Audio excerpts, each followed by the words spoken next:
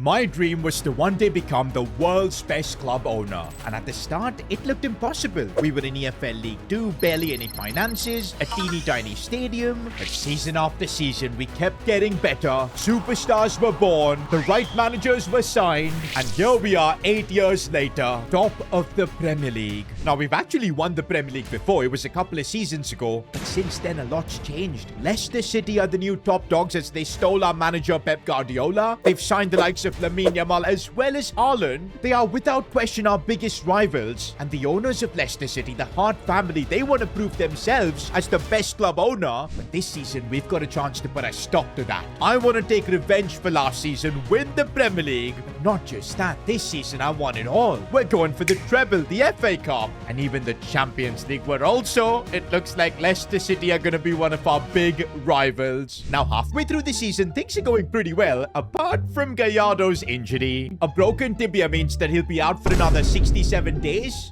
Stop it. Get some help. He's already been out for a couple of months, man, so it's a long injury that he's recovering from. And Lenny has made it clear we need him back.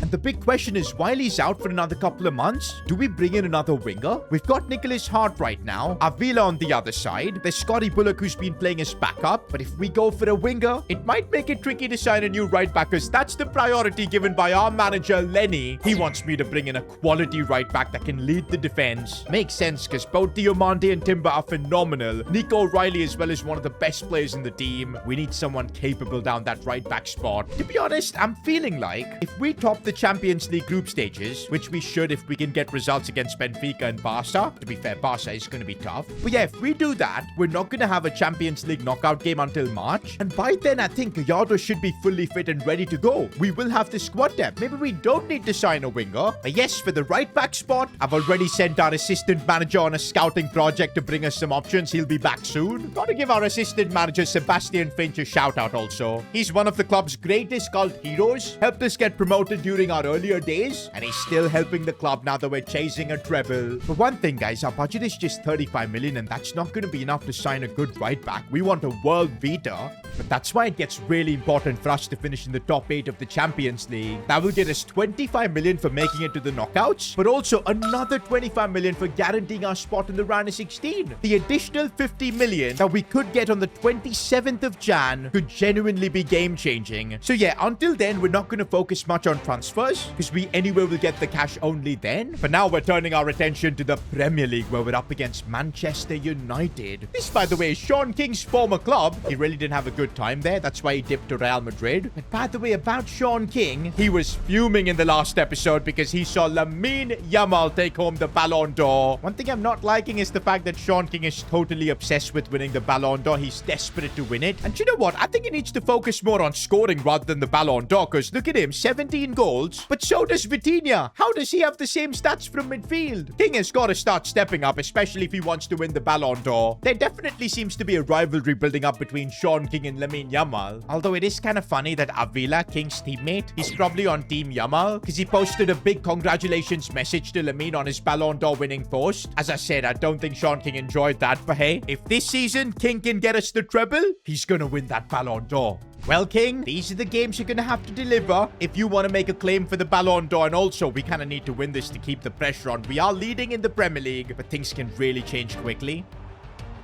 Oh, what was that sliding challenge? To be honest, he didn't even make proper contact. It was a mistake. I think he slipped. That looked like more of a slip than a sliding challenge, because the ball was nowhere, and what a silly penalty to give away. You know what? Gigante is a bit of an expert saving penalties. Can he save this one? No, he doesn't need to. Probably the worst penalty I've seen, and that kind of equalizes things. Now the momentum should be in our favor as Sean King releasing this one for Nicholas Hart. Can he finish? Of course he can. This season I do feel like maybe King's goals are a bit low, because he's been contributing a lot assist-wise as well. He's becoming a complete player. Oh, Timber's made a lovely run, and there's Sean King in the box. Oh, he slams that one in. For a second I thought he was going to show respect to his former club, but absolutely not. That's what King does. he in fact managed to score another goal. And that's the result we needed against United. Yo, Chelsea keep putting us under pressure, man. More than even Leicester City, because we've got a solid 4-point gap over them. And again, you guys know who the boss is at Chelsea. I've got no hard feelings for him. It's, of course, Frank Lampard. He was phenomenal for us. Looks like he's a true competitor, bro. He wants to stop us from winning that Premier League. Oh, and by the way, after this game against Liverpool, Finch is going to be back with his scouting report. That should be interesting to see which players we could sign for that right-back spot. Before that, though, we're going to have to rotate against Liverpool a little bit because Nicholas Hart is looking tired. Bullock will play there. We don't have Gallardo to rest Avila, so he's going to have to just push through. Brandon Neal is going to get some game time as well. I feel like apart from Chelsea and Leicester City, there's really no team that can compete against us. I might have to eat my words, man, if Liverpool beat us here, but I really feel like we've got a solid chance to get the win. King. Oh, what a ball that was. Oh, Bullock was not on the same wavelength, but King, man, he's giving me Harry Kane vibes with all this passing. King breaking through with pace here. The angle is difficult. Oh, the post denied him. Vitinha now on the ball. Can he turn and make the pass? He can for King. Oh, lovely first touch there. And here goes Sean King through on goal. Should finish. Does finish. He's really serious about this Ballon d'Or charge. Scotty Bullock really enjoys playing down the left, man. It just works for him. Look at the dribbling there from him. Oh, Liverpool have opened us up nicely here. But Timber, big block. Still a lot of defending to be done. And Sykes, they're coming clutch. Vitinha, when he sees that run from Sean King, you know he's going to play that pass as King's touch is brilliant. Tough angle though. Oh, he couldn't score from there. It was too tight. Vitinha sliding this one for Scotty Bullock. Making it look easy. I told you, down the left is where Bullock enjoys playing his best football. Sadly though, he has to compete with Nicholas Hart. But hey, he's getting his moments to shine. And that's the 3 points we've secured against Liverpool. And meanwhile, Sebastian Finch is back with his scouting report. He's got a couple of right backs that we should look at. And one of them is a familiar face. Ronan Capaccio. Bro, he's 89 rated. Few years ago, he was playing for S2 GFC before Real Madrid randomly signed him. I thought Real Madrid were crazy because I didn't see this guy having that much potential. But look at what he's become at Madrid. Unfortunately, though, how do we sign him from Madrid? I have no clue. Even after getting the 50 million from the Champions League, it's not going to be enough. And that's why Finch has given me another option, Andre Leandro. He's a Brazilian academy prospect of Aston Villa. Ridiculously good pace, good dribbling, defending, and physical. They're calling him the next Dani Alves. That's the kind of player I wanted our right back spot. He would be a phenomenal signing. Oh, but to afford him, we're going to need that 50 million coming through from the Champions League. I reckon, guys, if we beat Benfica here, it should be enough to guarantee a top spot. We won't even have to worry about that final group stage game against Barca. We can take it easy. And we are in good form right now, so I'm not worried. Sean King linking up with Vitinha, who sees that pass for Nicholas Hart. Back for Sean King. It's brilliant football. King could have passed there, but he wanted the goal. That's only his second Champions League goal. Kind of surprising. Okay, Benfica, stop that, stop that. I couldn't stop that well. If we end up dropping points here, we're going to have to try and beat Barcelona, which could get really tricky. I don't like this in the Champions League. We just sometimes get completely outplayed here. Diomande with a good challenge. But again, it's Benfica constantly with the pressure. I'm not liking this. They might get through here. They do. And Gigante forced to make a big save. No! Again, we committed a silly penalty. Okay, what happened here? Because I again felt like it was a completely late challenge. Unnecessary from Sykes. Wait, no.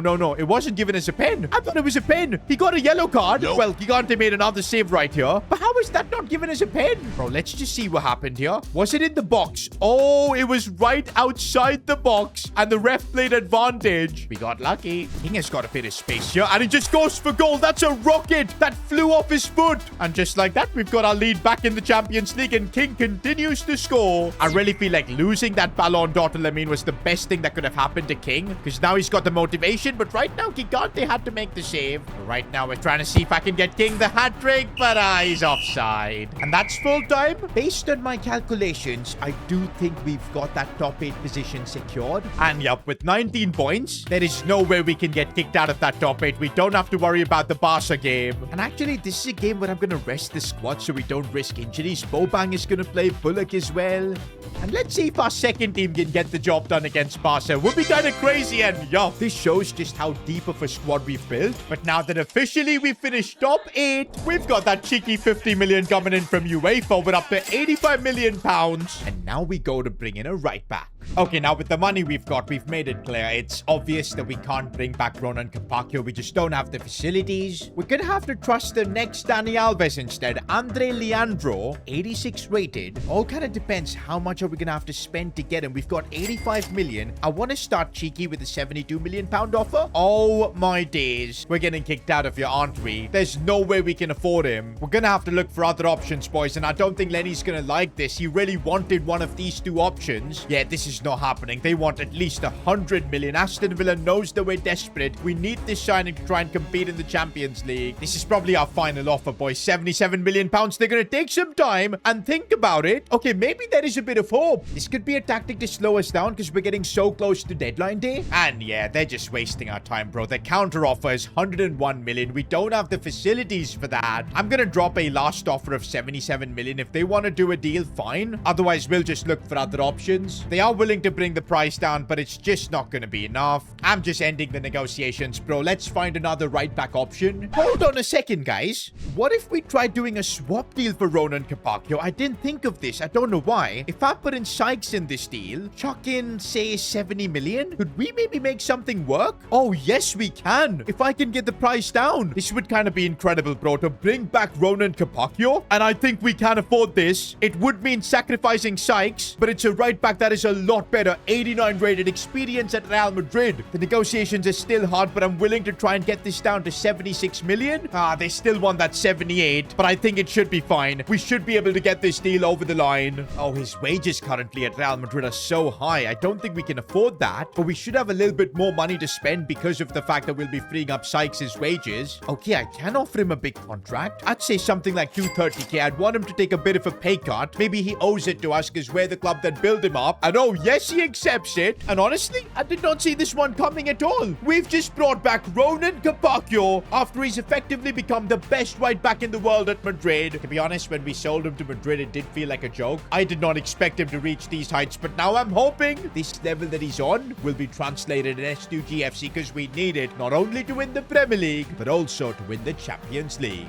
And so we are now clearing transfer deadline day. No more transfers. And this is the team that we're trusting to get the job done. Sean King leading the line. Vitinha controlling the midfield. Capaccio being our massive defensive signing. We are now in February. The business end of the season is about to begin. Thankfully, because we of course finished top 8 in the Champions League, we get to skip the playoffs. So this month we can keep our eyes focused on the Premier League where we do have some big games, especially this one against Man City. When King has gotten into a good position. Oh, Donnarumma, how did he save that? Don't know how good Vitinha is on set pieces, but one thing is there. We're absolutely awful with set pieces. I mean, it feels like we've never scored from a corner. Avila out wide. He's got big responsibilities as that takes a big deflection. He needs to step up, man, with Gallardo being out. By the way, an update on Gallardo. He should be back in less than a couple of months, and I can't wait for his return. By the way, if you haven't noticed, Capaccio is back in the team. He is a different player now, as Vitinha looks to link up with Avila instead, completely skipping Capaccio. He gets the ball now,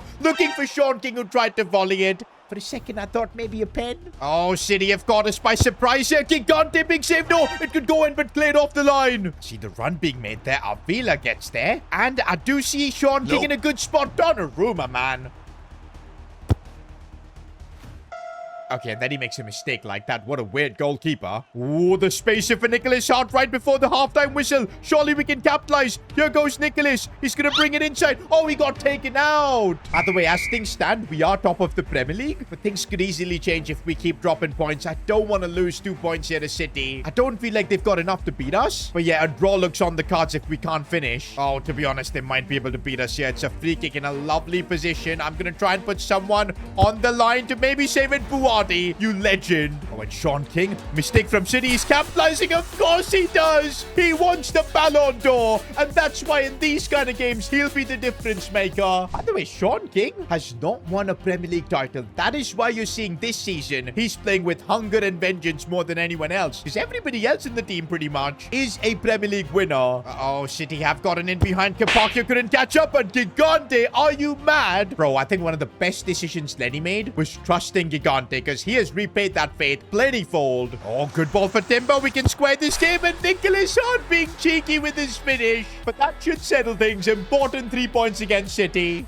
Bro, this title race just doesn't let up. Still the same points as Frank Lampard's Chelsea. Leicester City are right there 2 behind. One slip up and we lose our lead. Okay, I was not expecting this. Pep Guardiola in a press conference said, I've seen how Lenny works. As a manager, he's got talent, but quite often I feel he buckles under pressure, and I feel he does not have what it takes to win the Premier League. But I do wish him the best though. Guys, that might be the most backhanded, I can't even call it a compliment, from Pep Guardiola. I feel like he's playing mind games with Lenny. Now, I thought maybe Lenny would respond in the press conference, but no, he had only respect to show for Pep. Because let's be honest, Lenny did learn quite a bit from Pep Guardiola. It would be super unfair for him to diss him. And I think now in this fixture against Spurs, maybe it's a chance for Lenny to prove that he's unfazed with whatever Pep Guardiola is saying. Avila there, water ball for Nicholas Hart. Maybe we can get ourselves an early lead here as we go back for Vitinha. Couple of good touches. Oh, the cutback didn't work. Avila, lovely ball out wide for Capaccio, who is showing how good he is. Looks inside for Avila, and Avila gets the goal. Gotta give credit to Capaccio there. He kept on making the run, showed a lot of technique as well to get the ball back in. Oh, Ronan Capaccio, he's a different player. What a ball for Sean King. I mean, Capaccio, you are just insane. The player he's become at Madrid. Sean King needs to really give some kind of gift to Capaccio because that goal was solely created by him. The delivery as well. And of course, King gets his 23rd Premier League goal of the season.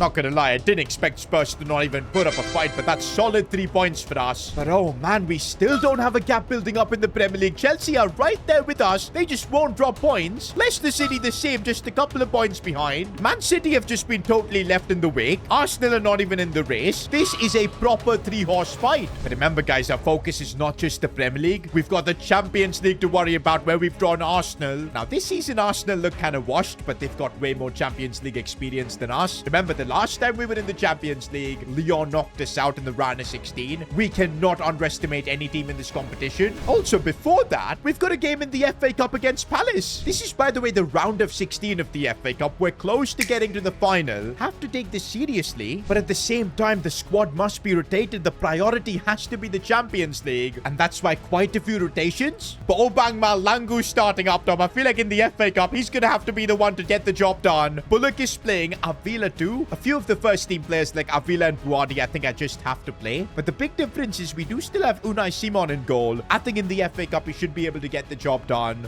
As I said, boys, this season we're going for the treble, and that means FA Cup 2, we've got to take seriously. And Unai Simon forced to make a massive save there. This has got me worried, boys. We're not used to competing in 3 competitions, and the crossbar this time saves us. Levi Colvin again, cleared off by Normand. We've weathered the storm there, which I'm hoping will stop now, and we can focus on trying to get control over this game. How have we just let Palace run through? Unai Simon is getting chipped. Oh, man. One thing's for sure, Lenny made the right decision by making Gigante a starter. Our backs are against the wall, boys. 1-0 down in the FA Cup. I don't want to get knocked out here. Avila opening up some space. Good ball for Bobang, but his touch was so bad. This is Albie Norman's last involvement before I've made substitutions. Brandon Neal, though, chance to shoot. Oh, he caught that one so well, but inches wide. I am now bringing on the big boys. Vitinha and Sean King are coming on. Oh, and King has turned his man already. Instant impact. Sean King, that is what he does. His first involvement in the game. Straight away gets us back in it. It's still only level now, but with the big boys on the field, anything goes. As Sean King has done so well, tries to slide it through. Palace are a really good team, man. They're opening us up nicely, but Lister does well. Brandon Neal, King. Oh, clever release. Bullock, what was that touch? That was the heaviest touch I've ever seen. This game has now, by the way, gone into extra time, which is the last thing we needed, because don't forget, we've got a Champions League game in a couple of days' time. Scotty Bullock running through here. Trying to play this one back for King, but not enough. Bro, it feels like the FA Cup has given us our most challenging game of the season. Oh, and Brandon Neal has picked up a knock. That is why I hate trying to compete in all the competitions. But here's Sean King through on goal. Can he finish? Of course he can. That's what King does. He's desperate to win the Ballon d'Or. And everything he's doing so far is leading him to that. I'm also making a bunch of substitutions to try and settle this game. Nicholas Hart has been brought on, and he's brought on exactly for that in the 120th minute. We made this FA Cup round of 16 a really hard one, but we get through it.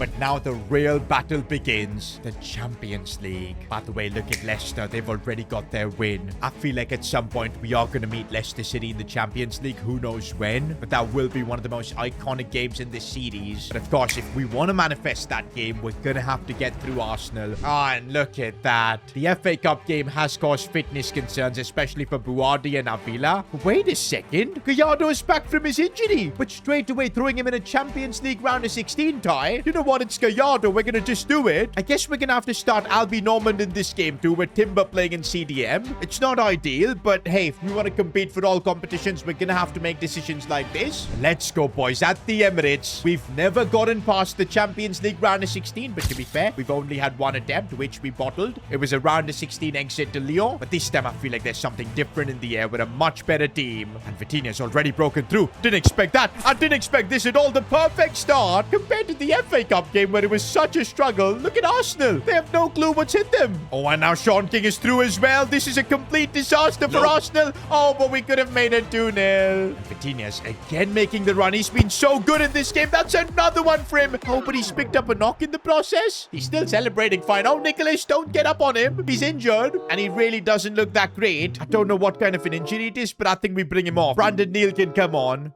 Got to make that sub, especially considering 20 minutes in with already 2-0. Arsenal look like they just cannot compete. Got to give credit to Lenny, boys. His tactical system has worked on point here against Arsenal. He has learned from last season, but at this stage we completely messed up. And now Gallardo is well back from his injury. That is the moment we needed. The confidence Gallardo needed, that he's ready. And I mean, this couldn't have been a better start for our Champions League campaign. 4-1. Gallardo scored again. Post-match, he spoke about how his teachings from his mother is what kept him going during this brutal injury. And to be honest, we know how mentally strong Gallardo is. He's gone through a lot. This injury wasn't going to stop him, and I'm now so glad he's back. And I feel like he's going to play an integral part. Maybe not as a complete starter, because Avila is better, but he'll have his moments. But you know what, guys? I'm starting to dream. Champions League, we've all but confirmed our spot in the quarters. FA Cup 2, we're in the quarters. Premier League as well, we're leading. It is starting to look like this might finally be the season S2GFC goes for the treble. There are going to be a lot of doubters because we've never done it before. But after 8 years of building this club up from nothing, this is our moment and we have to seize it.